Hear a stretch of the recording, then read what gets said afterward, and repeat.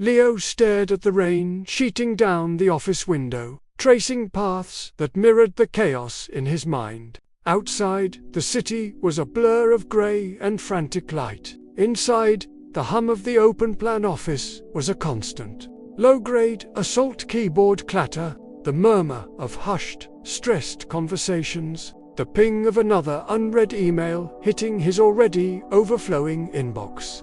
His own screen displayed a spreadsheet, a mosaic of numbers that were supposed to predict a marketing budget, but felt more like a map of his own spiraling anxiety.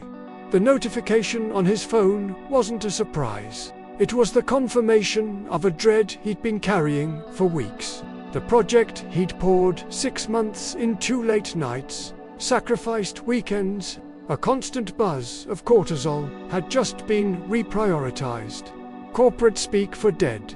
No big meeting, no explanation. Just a passive-aggressive line in a team update thread from his manager, Sarah, shifting focus to Q4 initiatives. Previous campaign assets to be archived. A hot wave of frustration tightened his chest. He'd argued for this project, believed in it. He could already hear Sarah's placating tone in the inevitable one-on-one. It's not a reflection on your work, Leo, it's just the landscape. The landscape, always the landscape.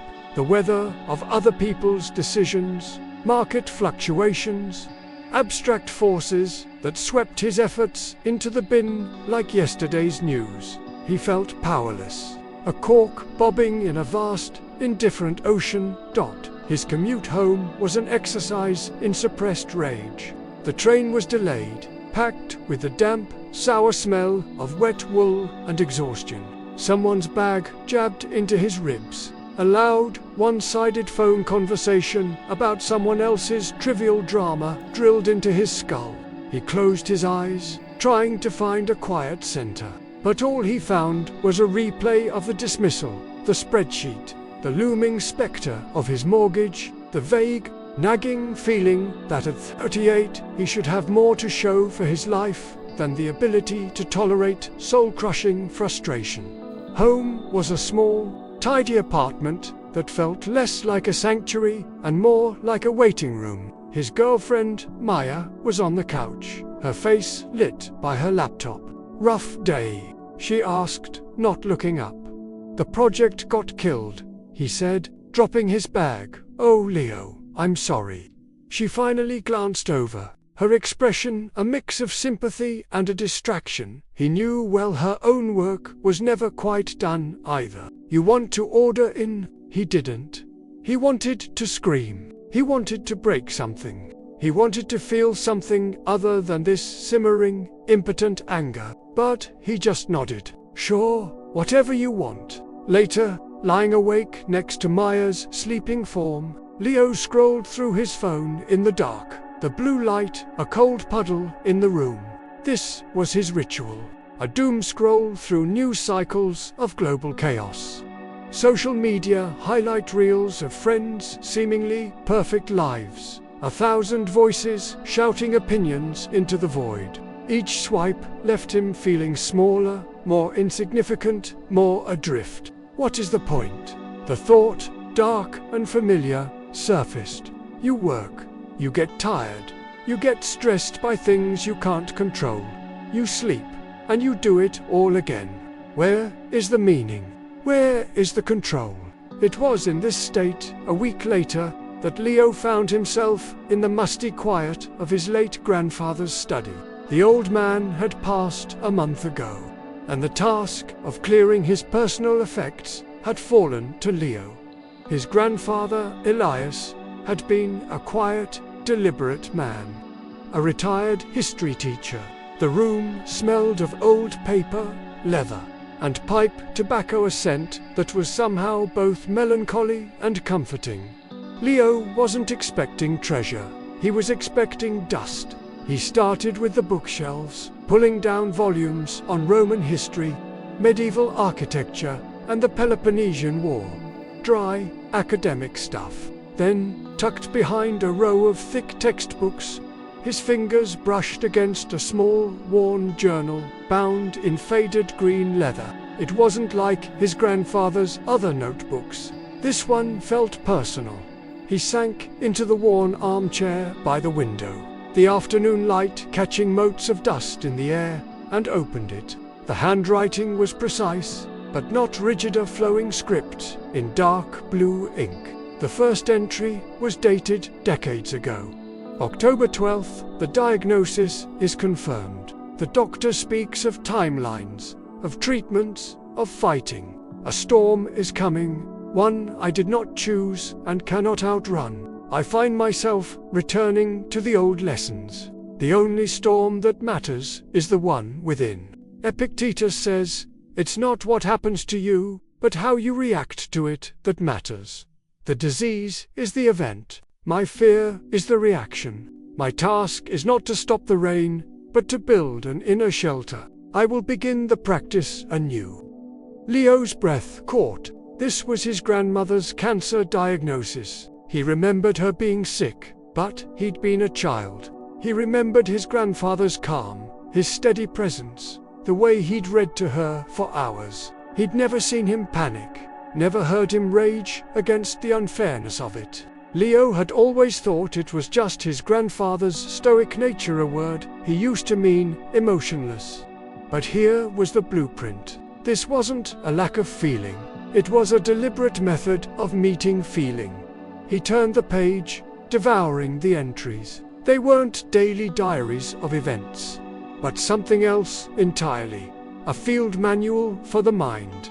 November 3rd, the treatment is harsh. She is in pain today. I feel helpless. A terrible current pulling me toward despair. I practice the circle. I draw it in my mind. Inside, my judgments, this is unbearable. My actions, sitting with her, reading to her, making tea. My will to be present, not to flee into my own fear. Outside, the cancer, the pain, the prognosis. I cannot put her suffering inside my circle. I can only place my own response there. The weight shifts. Slightly, Leo looked up from the page. The noisy chaos of his own life suddenly framed in a startling new silence. The circle, he thought of his cancelled project. The event was outside. His anger, his sense of wasted time, his frustration at Serathos were his reactions. Inside, he had been trying to control the weather, and in doing so, had given all his power to the storm. He read on, late into the evening. His grandfather quoted names. Marcus Aurelius, a Roman emperor who ruled a plague-ridden empire. Seneca, a statesman facing exile and eventual execution. Epictetus, a slave who gained profound freedom of mind. They spoke of obstacles as fuel, of focusing on the present action before you, of distinguishing between what is and is not your own.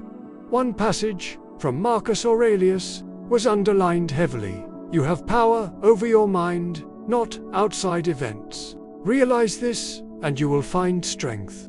It felt like a key, turning in a lock deep inside him. This wasn't positive thinking. It wasn't naive optimism. It was a radical, almost surgical, reclamation of sovereignty. His grandfather hadn't been passively enduring his wife's illness. He had been actively engaged in the most important battle, the one for his own integrity, his own peace, so he could be her rock. As the room grew dark, Leo found the final entry in the section, dated just a few years ago. Maya tells me Leo is struggling. He feels the world is happening to him. He seeks control in all the wrong places, in others' opinions, in the illusion of a perfect life. I see myself in him at that age. The world will always provide the storm. I have tried to teach him history, but perhaps I should have taught him how to build the shelter. The tools are here in this practice, but the path is walked, not given. Perhaps this journal will find him when he is ready to look for a different kind of map. A chill ran down Leo's spine. His grandfather had seen him, had known this journal, placed just so, was no accident. It was a message in a bottle, tossed across the years from one struggling man to another. He closed the journal, holding it in both hands. The noise of his worries was still there, but it was now outside a window. Inside, for the first time in years, was a quiet, focused question. A spark. He had built his life reacting to every gust of wind, trying to lash down every flapping sail, exhausting himself against an endless gale. What if there was another way? What if the goal wasn't to calm the sea, but to learn a different way to sail? He knew the theory now, or the barest outline of it, a circle, a distinction. But theory was just a map.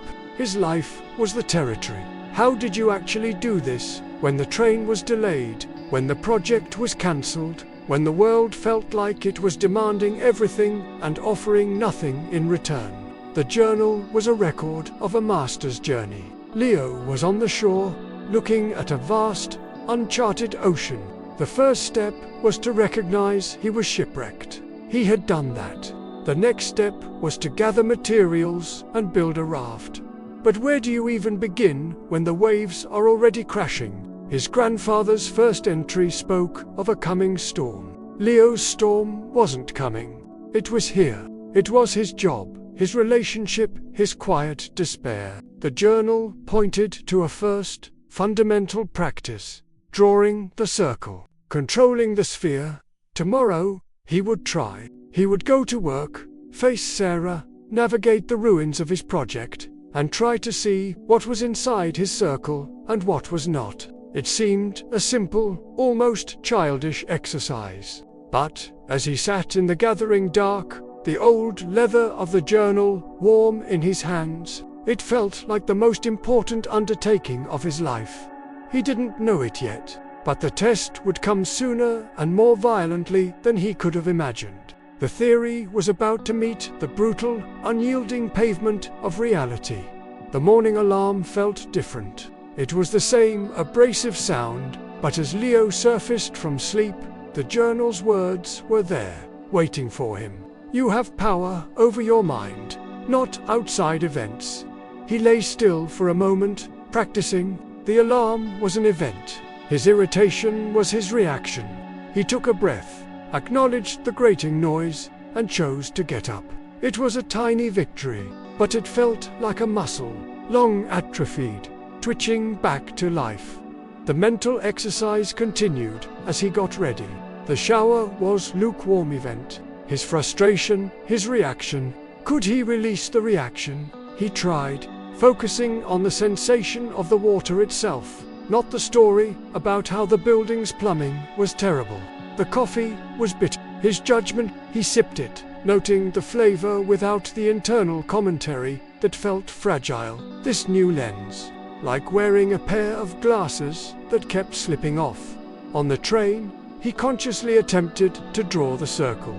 He pictured it in his mind's eye, a clear, sharp line. Inside, he placed his breath, his focus, his decision to read a book instead of scrolling, his posture.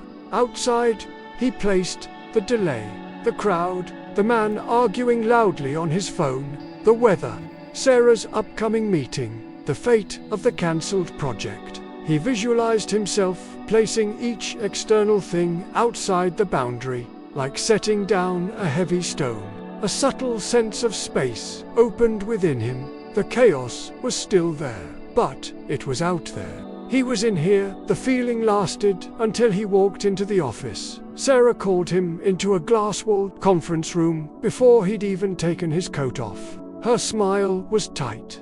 Leo, thanks for popping in. Quick realignment chat. He sat, the circle feeling like a drawing in sand before a tide.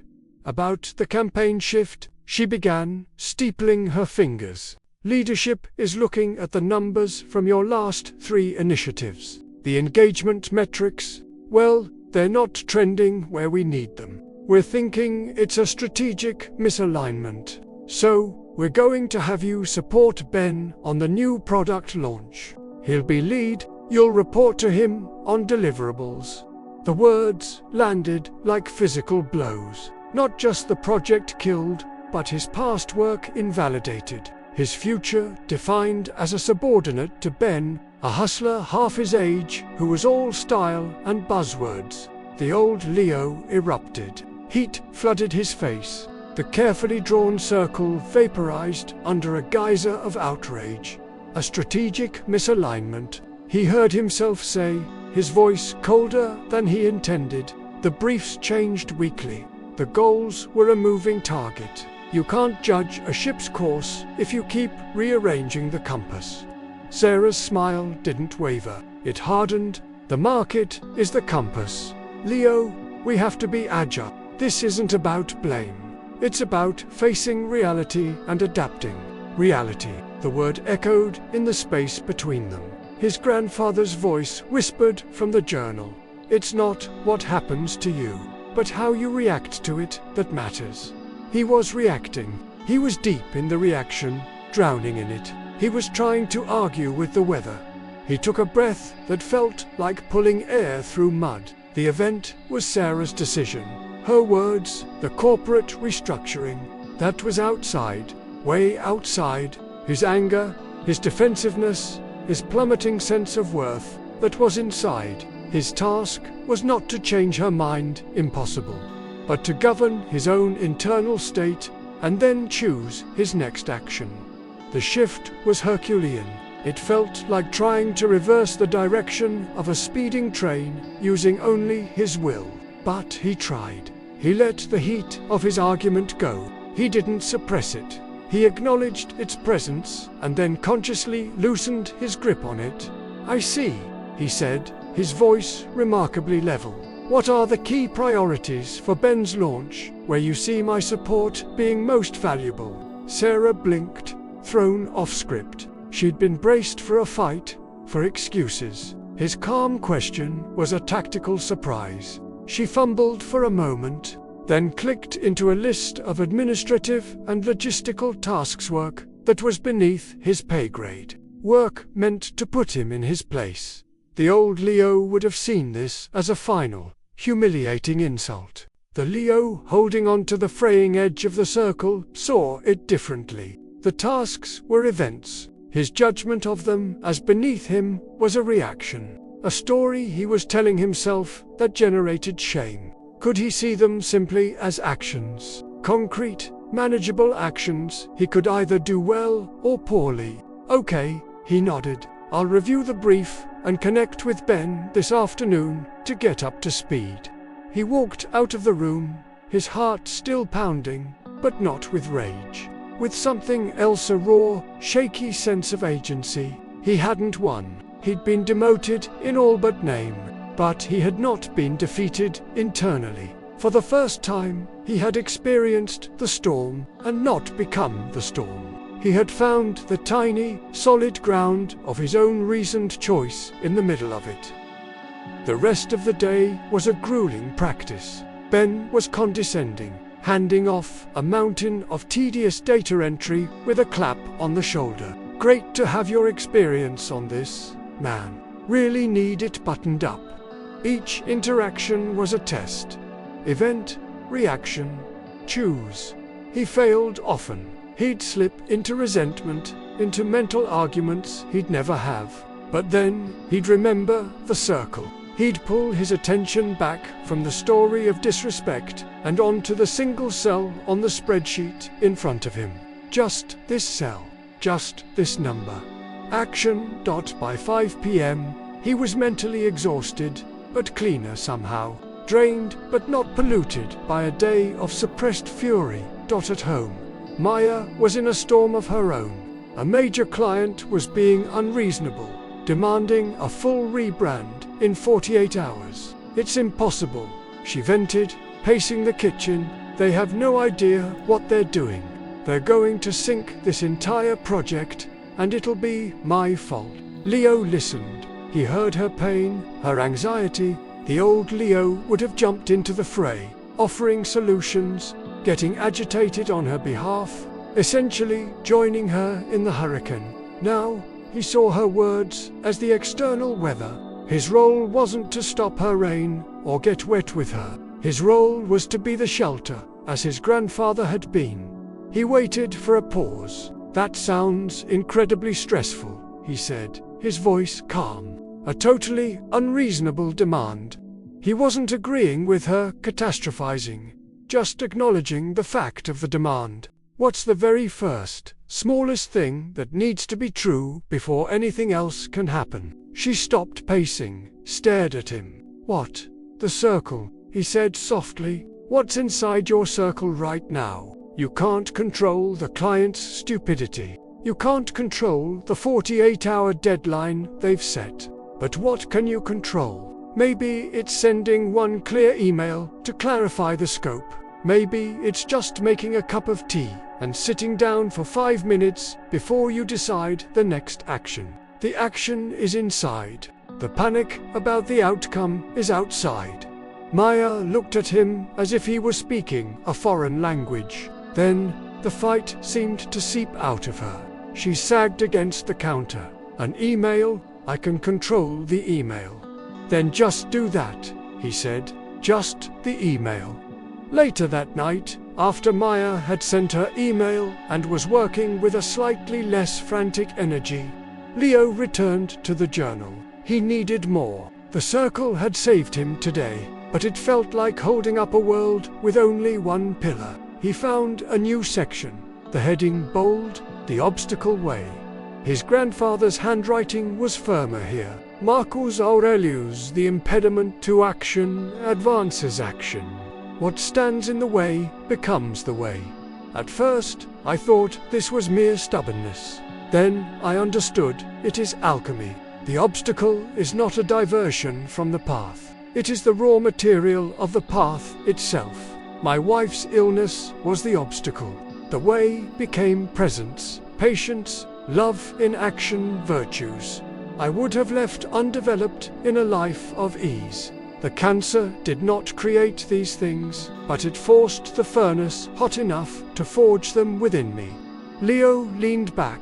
Ben's condescension, the mind-numbing work, his own perceived demotion, these were obstacles, humiliations, dead ends. What if they were also the way? What if the way forward wasn't around this humiliation, but through it? What could this miserable situation forge in him? The journal offered a practice. When struck by an obstacle, ask, 1. What is this preventing? Often, an illusion. 2. What new action does it make necessary? The real path. 3. What quality does succeeding here demand? The virtue to be built. Leo applied it, right there at the kitchen table. The obstacle, Ben's tedious tasks, his lost status. What is this preventing? The illusion of a linear career progression, external validation, a sense of importance derived from a title. What new action does it make necessary? The action of meticulous, flawless execution of simple tasks, the action of swallowing pride and learning from a situation he despised. What quality does succeeding here demand? Humility, discipline, detachment from ego, that the humiliation didn't vanish, but it transformed. It became grist for a mill. Fuel. He wasn't just enduring crap. He was in a covert training gym for a stronger character. The goal was no longer to escape Ben's orbit, but to use Ben's orbit to build a gravity of his own. It was a complete inversion of his worldview, and it was thrilling. For the next week, he lived this. He did Ben's busy work with unprecedented precision. He asked clarifying questions that exposed the laziness in Ben's own plans. Not with accusation, but with neutral curiosity. He started to see the entire office dynamic as a series of circles and obstacles. Sarah, stressed and snapping her behavior, was outside her circle, a reaction to pressures from above. Ben's posturing, a reaction to deep insecurity. He stopped taking any of it personally. It was all just weather. He began to feel a strange, unshakable calm. People noticed. Sarah, in passing, muttered, "Good adjustment, Leo." Ben seemed vaguely confused by his unflappable cooperation. But the real test of this new obstacle is the way philosophy was coming. It wouldn't be at work. It would arrive on a rainy Thursday evening in the form of a phone call from his younger sister, Chloe. Her voice was a thin wire of panic. "Leo, it's Dad. He's in the hospital. A fall. They think it's a stroke." And just like that, the carefully constructed inner citadel was faced with a tsunami. This wasn't office politics. This was his father. The storm was no longer a metaphor. It was here, with a vengeance. And it threatened to sweep away everything. The world narrowed to the sterile, fluorescent buzz of the hospital corridor. The scent of antiseptic and anxiety was a physical presence. Leo's mother, a small, folded figure in a plastic chair, clutched a tissue that had disintegrated into damp confetti. Chloe was on the phone, her voice a frantic, repeating loop to various relatives. "We don't know yet. They're running tests. We have to wait."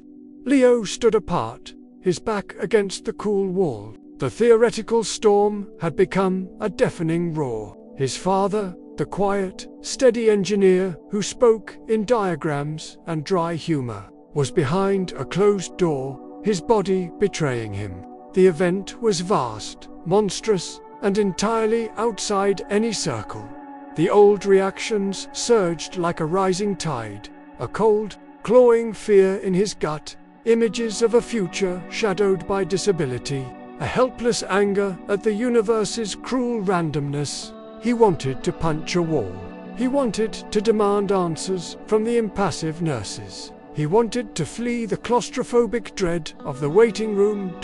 But beneath the surge, something else remained. A spar he had been clinging to for weeks. The circle. He closed his eyes, fighting to visualize the line in the mental sand. It was blurred, battered by waves. Outside, the stroke, the doctor's skill, the hospital's protocols, the ultimate outcome, his father's pain, his mother's terror, the uncertain future.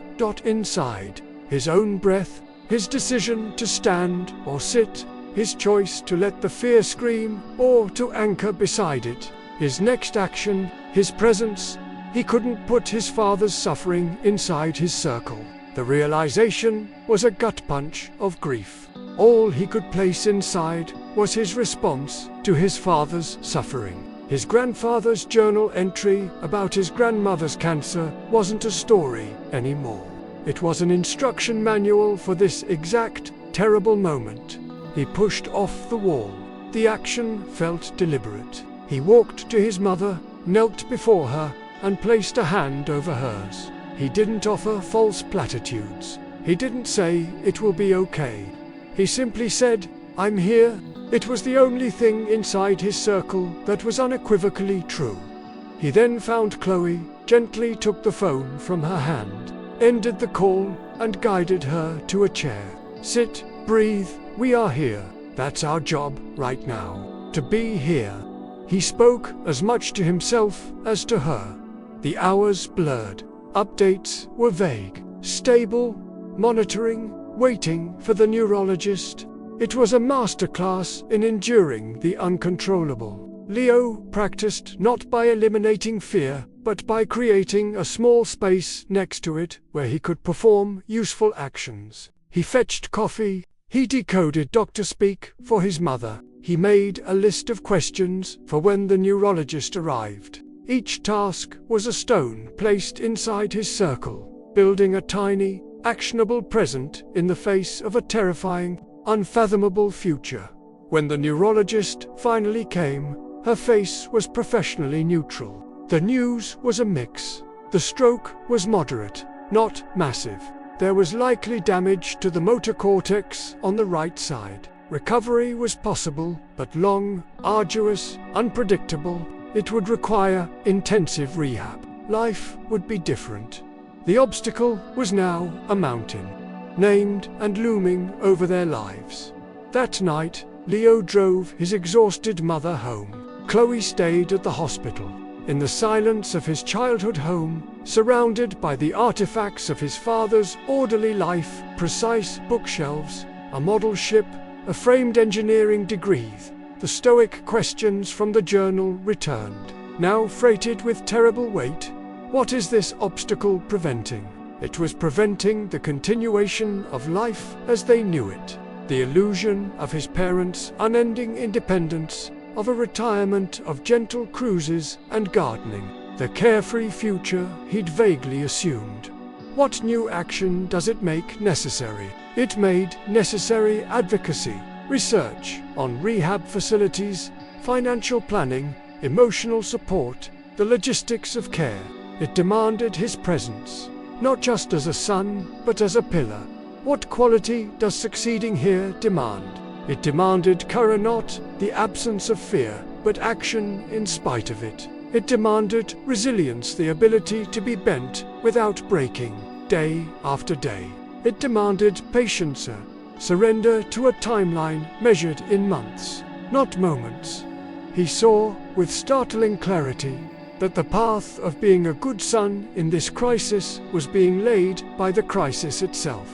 The easy path of occasional visits and holiday calls was gone. The new path, steep and rocky, was one of deep commitment. The obstacle was not blocking the way. It was the way to become the man his family needed.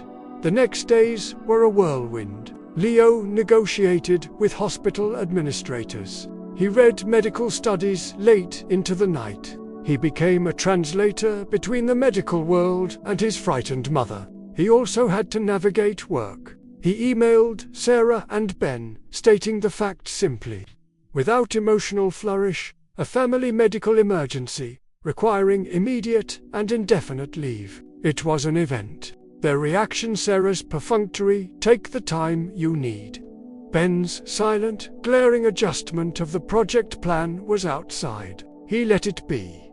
He spent hours at his father's bedside. His father, partially paralyzed, struggling to form words, was frustrated and afraid. One afternoon, his father tried to lift a cup of water with his weakened hand. It slipped, water soaking the sheets. A low sound of utter despair escaped his father's throat. The event, the spilled cup, the paralysis, was outside Leo's circle. His father's shame and frustration were outside too. Inside was his own reaction. The old reaction would have been a swirl of pity and helpless sadness. Instead, Leo moved. He calmly mopped up the water with a towel. He refilled the cup. Then, he placed his own hand gently around his father's, guiding it to the cup, providing the strength his father lacked. He didn't say, "It's okay," which would have been a lie. He said, "Let's try it together. We'll get there." It was a small moment, but in it, Leo saw the Stoic philosophy in its purest, most human form. Amor fati, a love of fate. Not loving the stroke, but loving the opportunity it presented to show up with dignity, strength, and love. To meet reality as it was, not as he wished it to be. He began reading to his father, not from get-well cards, but from the journal. He edited as he went, turning my wife into a loved one. He read his grandfather's reflections on the circle, on obstacles, on focusing on the present task. His father, who had never been philosophical, would listen. His good eye often closed. One day, after a passage on enduring pain with purpose, his father's hand twitched. He laboriously formed a single, slurred word. Elias. Leo, startled. "Yes, Grandpa, Elias." A tear traced a path from the corner of his father's eye into his temple. He gave the faintest nod. A connection across generations, forged in the fire of shared suffering. Weeks passed. A rhythm, exhausting and sacred, established itself. Hospital, home, research, brief sleep.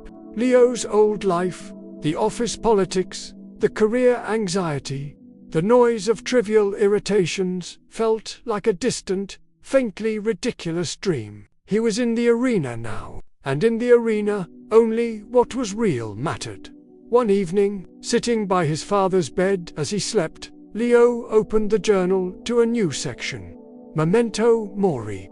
Remember, you must die. His grandfather's writing was stark, unflinching. We build our lives on the silent, desperate agreement to ignore the one inevitable fact. But death is the sculptor of life. Its shadow gives each moment depth and contour. Watching Anna fade, I did not see death as an enemy, but as the frame around the portrait of our love. It asked the urgent question, what will you do with the time that is left? Not in years, but in this hour, this minute. Beside her, Leo looked at his sleeping father's face, softened by sleep, the lines of strain momentarily eased. The thought of his father's mortality was no longer a vague future horror. It was a present reality, a lens that clarified everything. It dissolved petty concerns. It magnified the importance of this quiet vigil, of the simple act of being present. This wasn't a morbid fixation. It was the ultimate prioritization tool. You could leave life right now. The line was for his father and for himself. It asked him, if this were the last time, what would matter? And the answer was breathtakingly simple. This silence, this watchfulness, this love, stripped of all performance, nothing else. He understood then that Stoicism wasn't a shield against life's pain. It was the training to feel that pain fully, to stand in the wreckage of your plans, to look at the face of mortality, and to still choose what is noble, what is good, what is loving. It was the ultimate embrace of life. Because of its fragility, he felt a profound peace settle over him. A peace that had nothing to do with circumstances and everything to do with alignment. He was where he needed to be, doing what he needed to do. The external chaos continued. The medical bills, the uncertain prognosis, the exhaustion, but internally, he was no longer at war. He was, for the first time, whole. And it was from this place of hard-won wholeness that he would have to return to the other world. The hospital would discharge his father. Life would have to be rebuilt, not in the old shape, but in a new one. He would have to face his career, his relationship with Maya, which had become strained under the pressure, and define a future from the pieces. He had found strength in the crisis. Now came the longer, quieter test. Building a life with that strength, day by ordinary day. The storm had passed, leaving a landscape forever changed. The real work was about to begin. His father came home on a Tuesday. The house had been transformed, handrails in the hallway, a hospital bed in the den, a schedule of nurses and therapists taped to the fridge. It was a new world, a life recalibrated around the axis of recovery. Leo moved back into his old room temporarily, a strange regression that felt nothing like going backward. The rhythm changed from crisis to chronic. The adrenaline of the emergency faded, replaced by the deep, bone-tired fatigue of the marathon. The Stoic practices were no longer for surviving a tsunami, but for navigating the daily grind of rehab exercises, medication schedules, and his father's fluctuating moods. Some days, his father was determined, cracking a joke through his slurred speech. Other days, he was despondent, angry at his own body. A storm contained within the four walls of the den. Leo's circle now included ensuring his father did his physiotherapy, reading to him, managing the household logistics. Outside the circle remained the speed of neural repair. His father's moments of despair, the long, slow crawl of progress. He learned to celebrate microscopic victories, a finger twitch with more control, a clearer syllabulum to release the expectation of linear improvement. It was during this time that the cracks in his other life, the one he'd put on hold, began to show. Maya had been patient, supportive from a distance, but distance had become the default. When he finally had an evening to spend at their apartment, the space between them felt vast, filled with the unspoken weight of his absence. "You're different," she said over takeout. not looking at him. "A lot has happened," he replied, the words feeling inadequate. "I know, and I tried to be there, but you went somewhere I couldn't follow. You got calm, Leo. Weirdly calm, and it feels like you're not really here now, either." Her voice trembled with a mix of accusation and hurt. This was a new obstacle, not a corporate demotion or a medical emergency, but a fracture in the fabric of his most intimate connection. The old Leo would have reacted defensively, would have listed his burdens to prove his right to be distant. The new Leo saw the event, Maya's feeling of abandonment, her perception of his emotional unavailability. He saw his own reaction, rising defensiveness, guilt. He placed that reaction in the circle, took a breath, and let it settle. "You're right," he said, the admission disarming his own defensiveness. "I did go somewhere. I had to get through it. And in going there, I think I left you behind. That wasn't my intention, but it's what happened. I'm sorry." He wasn't apologizing for his father's stroke or his necessary focus. He was apologizing for the effect his chosen response had on her, an effect inside her circle that he had influenced. It was an apology for the reality, not for a crime. Maya's eyes filled with tears. The fight left her. "I miss you," she whispered. "I miss you too," he said, and for the first time, he was fully present in the room with her, not partly still in a hospital corridor. "And I don't know how to be both. The person who can handle that, and the person who is here with you." It was the honest, messy truth, placed in the space between them. There was no easy solution, no quick fix. The obstacle of their strain became the way to a new, more honest form of communication. They began to talk, not about logistics, but about the fear, the loneliness, the change. He shared, cautiously, about the journal, about the circle. To his surprise, she was curious, not dismissive. "It's what helped you not drown," she said, understanding dawning. "I thought you were just shutting down, but you were building a boat." Work was the next return. His leave ended. Walking back into the office felt like stepping onto the set of a play he'd once starred in, but now only vaguely recalled the lines. The air of trivial urgency, the buzz of petty grievances, felt alien, almost absurd. Ben greeted him with a smirk. "Back from your sabbatical? Hope you're rested, because we're in the final sprint and your backlog is epic."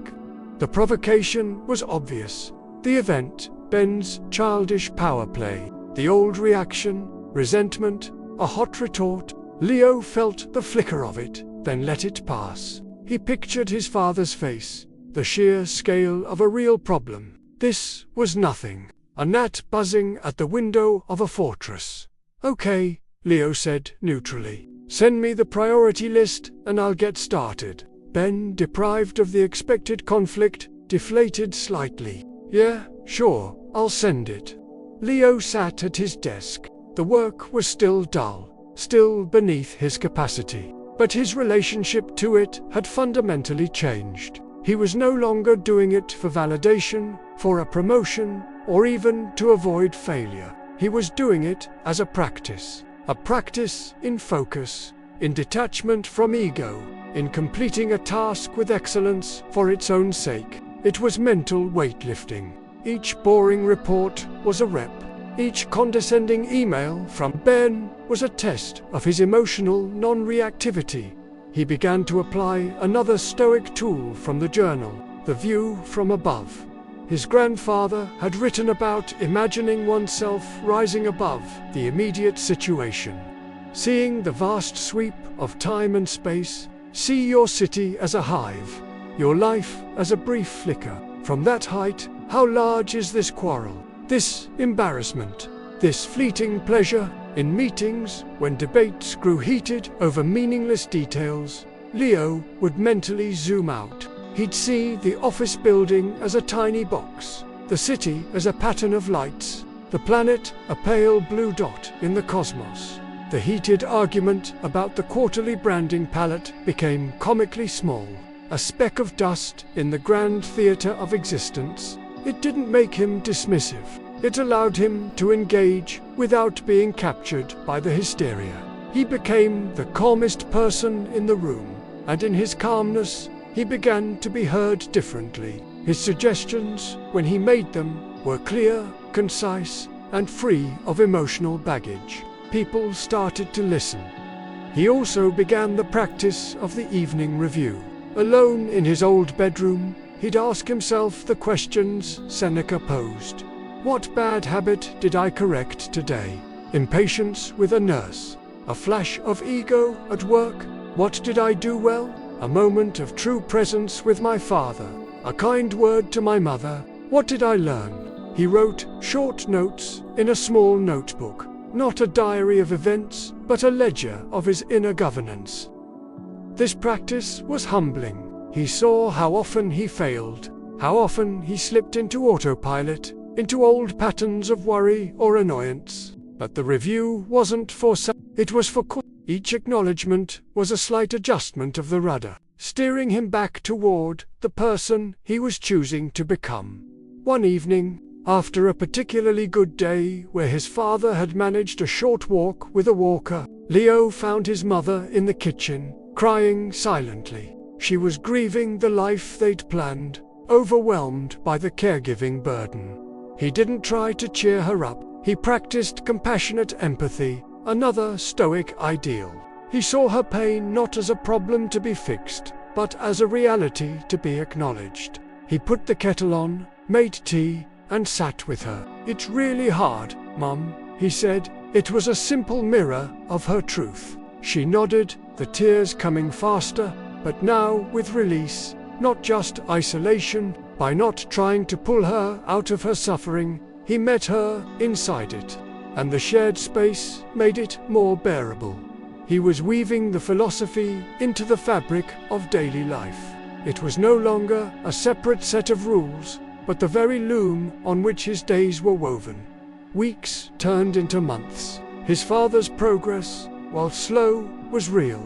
Leo's work, to everyone's surprise, including his own, began to attract positive notice. His calm, focused deliverables were reliable in a sea of drama. Sarah, sensing a shift, started giving him more substantive pieces of work, bypassing Ben and Maya. They were rebuilding. Slowly, dates were no longer about entertainment, but about reconnection. They practiced talking about what was inside their circles, which prevented the blame-shifting spirals of old arguments. It was awkward at times, but it was real. Leo stood at a threshold. The acute crisis was over. The new normal was establishing itself. He had passed through fire and been tempered. He had the tools, the practices, the beginnings of an unshakable core.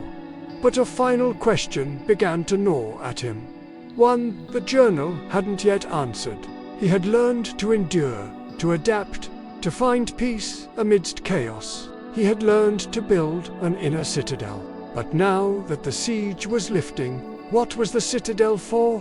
What did a Stoic do with a life that was no longer defined by crisis? How did one move from resilience to flourishing? He had mastered the art of sailing in the storm. Now, he had to learn how to chart a course under a clear sky. The final piece of his grandfather's wisdom, and the ultimate test of his transformation awaited. The question lingered, a quiet hum beneath the surface of his days. What is this for? He had built a formidable inner peace. He could now face traffic, professional slights, his father's bad days, and Maya's stress with a near-steady equilibrium. But equilibrium, he realized, wasn't a destination. It was a launchpad. One afternoon, while his father napped, Leo returned to the Green Journal. Seeking the final chapters, he found them under a simple heading, Living with Purpose. The writing here was different, less about grappling with external storms, more about the quiet direction of one's own ship. His grandfather quoted Marcus Aurelius, "What is your vocation? to be a good human being. And then, in his own hand, but good is not passive.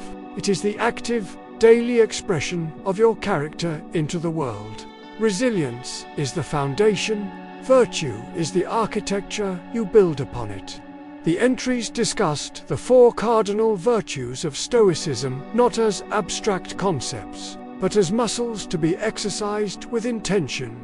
Wisdom, seeing the world clearly and choosing the right action, not just knowing the circle, but using it to discern where to invest his energy.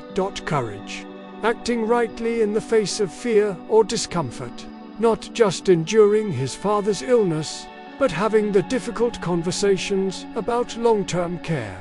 Justice, treating others with fairness, kindness, and contributing to the common good. How he dealt with Ben, with Sarah, with his family. Temperance, exercising self-discipline and moderation, not just in avoiding anger, but in balancing care for others with care for himself.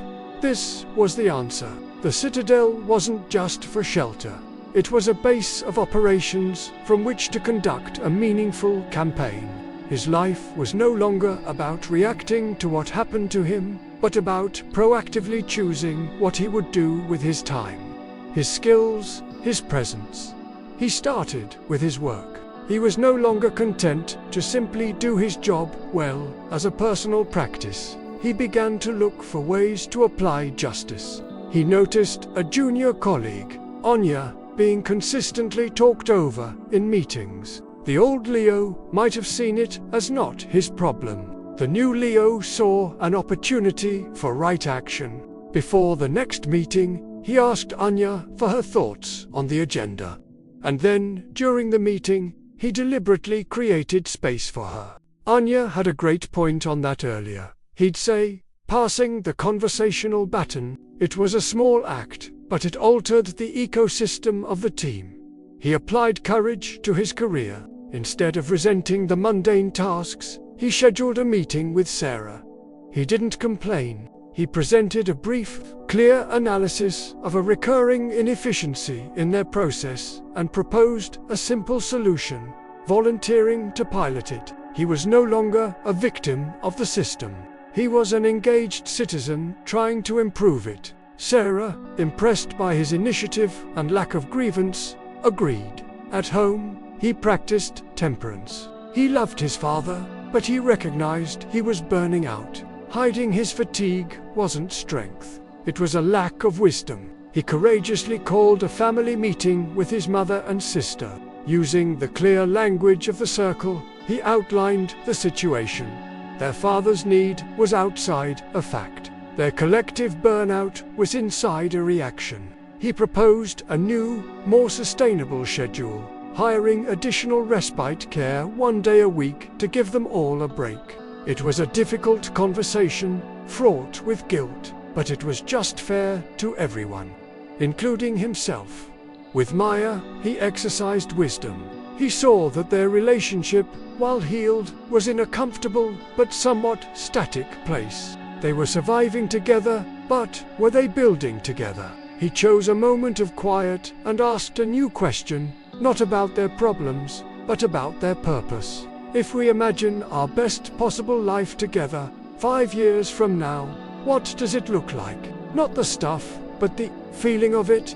What are we doing? The question startled them both into a conversation more profound and exciting than any they'd had in years.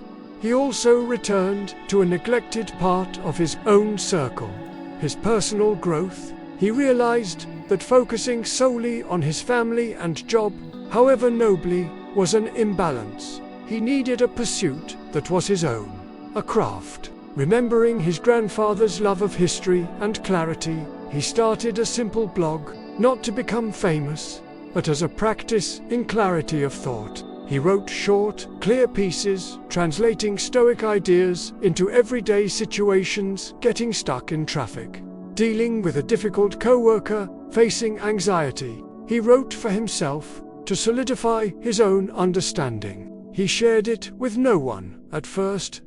One evening, his father, his speech now significantly improved. pointed to the journal on the side table. Elias, he was a teacher, his father said slowly, deliberately. You have that? The way you explain things to me, to your mother? He paused, gathering the words. Don't just keep it in the circle. Put it out. The advice was a lightning bolt. It connected to the Stoic virtue of justice contributing to the human community. His grandfather had taught through a personal journal. Perhaps Leo could teach through his simple writings. Tentatively, he shared a link to his blog with a few online philosophy forums. The response was small but meaningful. People thanked him for the practical, non-preachy approach. One person wrote, "This helped me get through a panic attack on the subway today. Thank you." Leo felt a profound sense of purpose that no promotion had ever given him. He was using his hard-won wisdom to lessen the suffering of others, however slightly. He was turning his obstacle into a way for others. Months flowed into a year. His father graduated from a walker to a cane. Leo was leading a new, more respected team at work, one he had helped create. Maya and he were planning a future that felt actively chosen, not just accreted by chance. On the anniversary of his grandfather's passing, Leo visited his grave. He brought the green journal. He sat on the grass and spoke, not to a headstone, but to the legacy seated within him. You gave me the tools, he said quietly, not to build a wall against life, but to finally walk into it. You taught me to distinguish the noise from the music, and you were right. The obstacle did become the way to a better son, a better partner, a better man. He opened the journal to the last written page. There, in his grandfather's firmest script, was a final entry, one he had missed before, tucked into the crease of the binding. For Leo, when he is ready to read the final lesson, a life well lived is not a list of achievements or a catalogue of avoided pains. It is a character, sculpted by conscious choice in response to everything life offers: the joy, the grief, the boredom, the triumph. The philosophy is not the destination. The living is. You now have the compass. Stop looking at it.